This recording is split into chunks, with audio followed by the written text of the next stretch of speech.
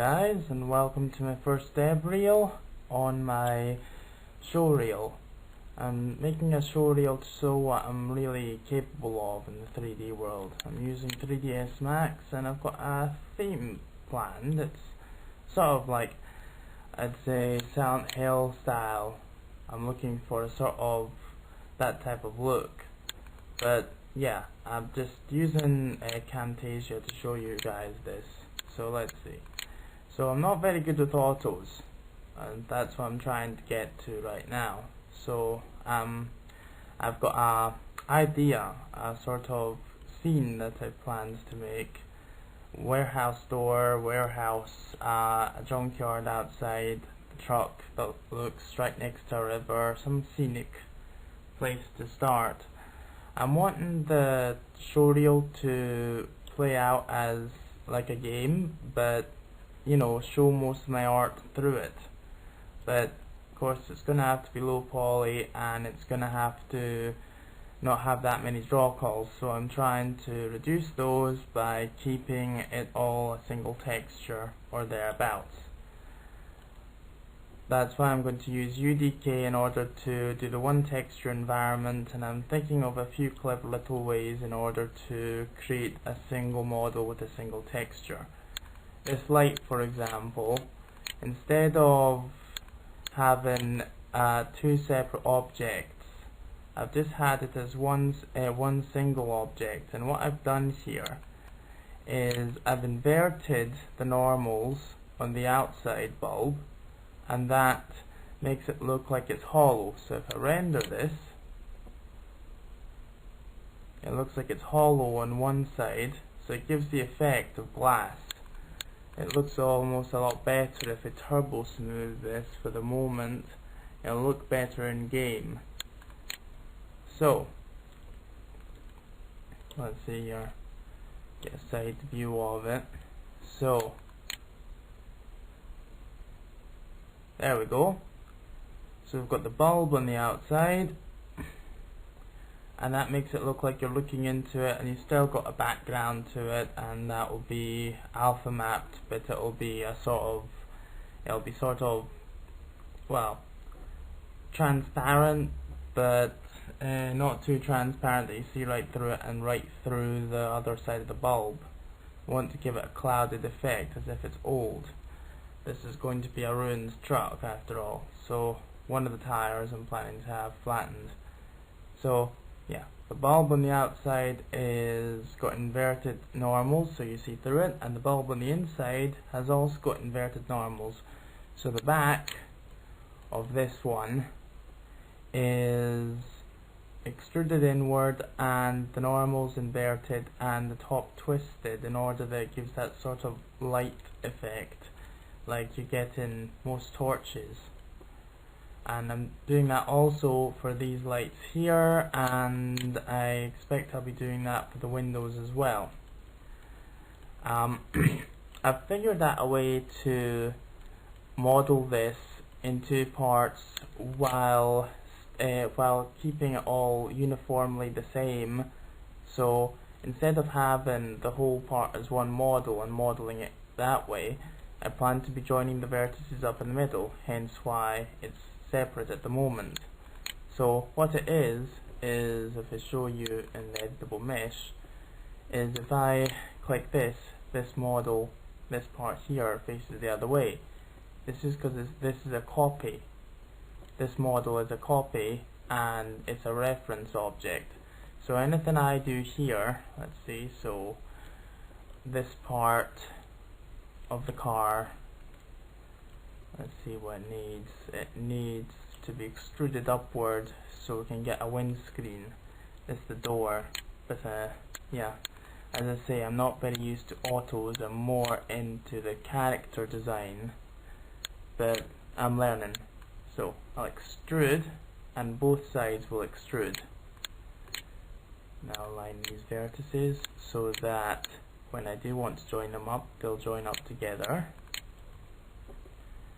And I'm trying to focus to keep the edge flow as clean as possible. This will help with the texturing and everything else. but some parts there will be casualties. So, oh, and for my modeling pipeline, what I'm planning to do is I'm planning to use a mesh lab after this. So for the moment, this model is quite high poly. We want to reduce the polygon count on that in order that I can actually put it in the game and have an environment around it and not have just that. Otherwise it won't work. I'll have too many models in the scene. It will lag down severely. Draw cals aren't the only thing that plays part in a game creation or even a showreel creation. So a few of these edge flows I can't help. Or can I? Hold on. Control. Oh no, crap! I can't do that. Undo edge cut. Using Camtasia, can't actually cut. Do a Control Z. That's the Control Stop button. So I cut an edge through here, if it will let me. There. That keeps the edge flow normal. Damn. Oh, damn it again. Right. So edge flow to here. That's that. And then move these edges.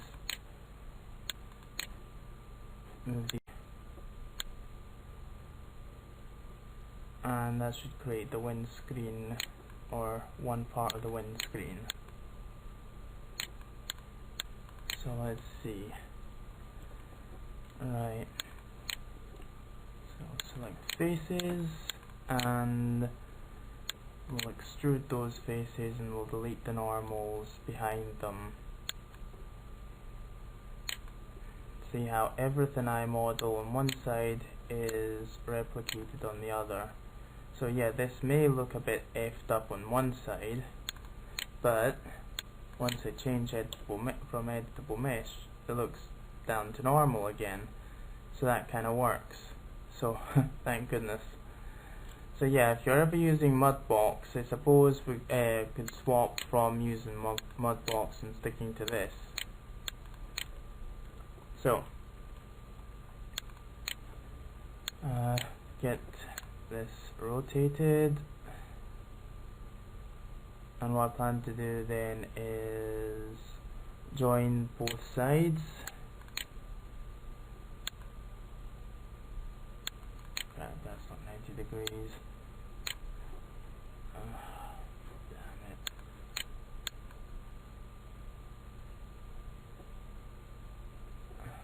It's not displaying the tooltips like it usually does because of the recording program. Okay, hold on. Right, about there should do it. And extrude this face down to the middle where these points meet. Then move them up a bit, I think. Yep. As for the bottom of this, these faces won't be needed. So just get rid of them. Creates a good hollow effect. As for this, nor will these faces be needed. All of them off. Now, so I'll do the interior as a separate object, but I'll join that up all together as well. So let's focus now on putting on a windscreen. So let's see, go to plane, create plane, and auto grid. And about there should do it just fine. Oh, right. Let's see. should be able to do it. And reduce the length segments, and I just plan it to be one texture, cause I can use all the space and polygons to create a crack effect or something else. Use the alpha map, one single polygon on either side. That'll be good. Should add to it and kind of reduce the polygons, because we're already getting quite high already on them. So, and create an editable poly. Oh damn, this thing's running slow.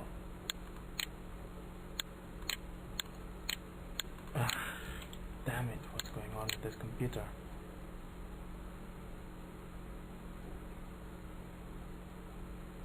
Editable mesh will do. And move one part of the windscreen, other part of the windscreen into position.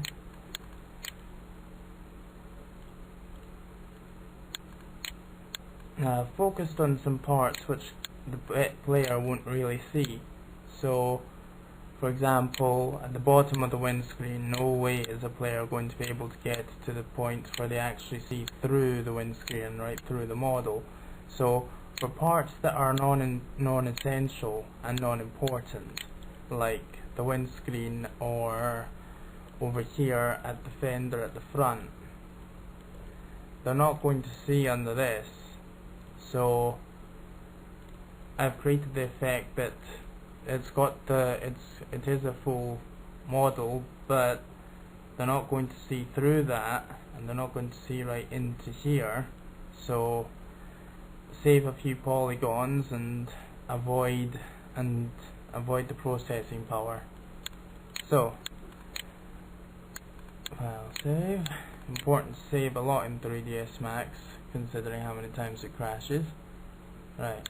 I'll show you a render of it. So I like to use the renderer as I like the mental ray renderer. So let's see, where is the rendering properties?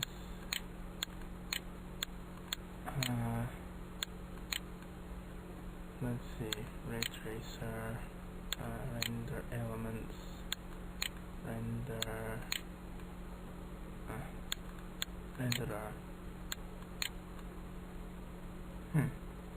Okay. There we are. And go into mental ray and show you a preview. Let's see. Put a sky portal out. They always make the best type of lighting.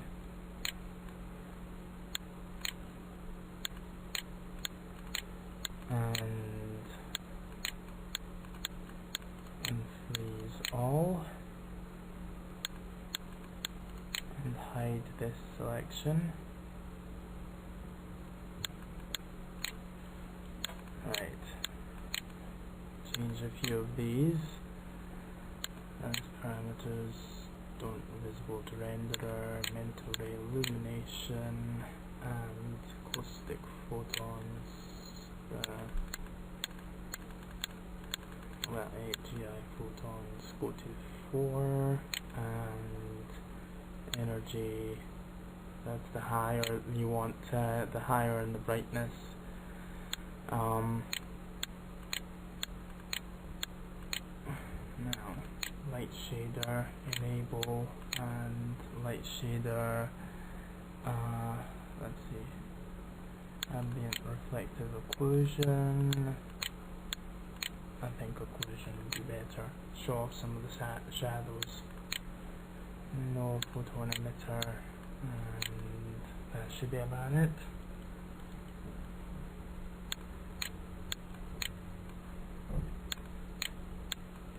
So let's see how we've turned out on this one so far. I'll assign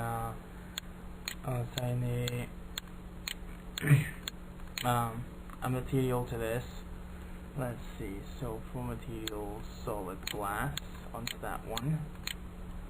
And let's see how this baby turned out.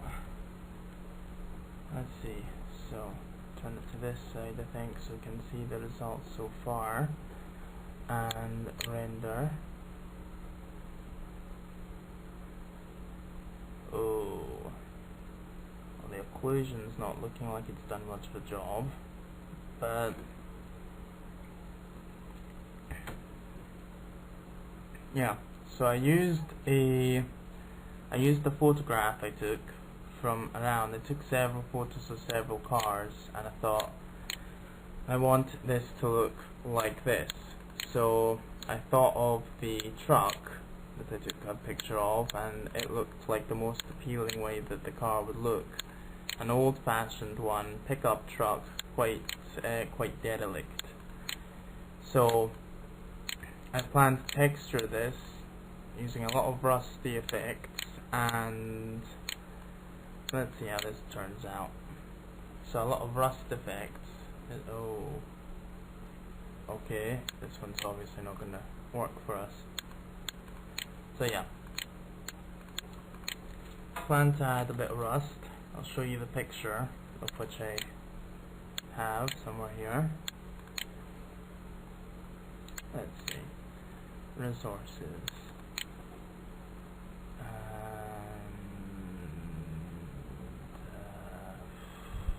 Where was it? Not text. I saw test photos. Here we are. And preview. So yeah, I've got the idea of what I want this to look like. And how I'm going to do this is, after I've modeled this one out, add the extra details, etc. I'll add them last of all before I start texturing. The main idea right now is to get the outer shell and body made. Then I'm going to take it into Mesh Lab and reduce the polygons as much as possible.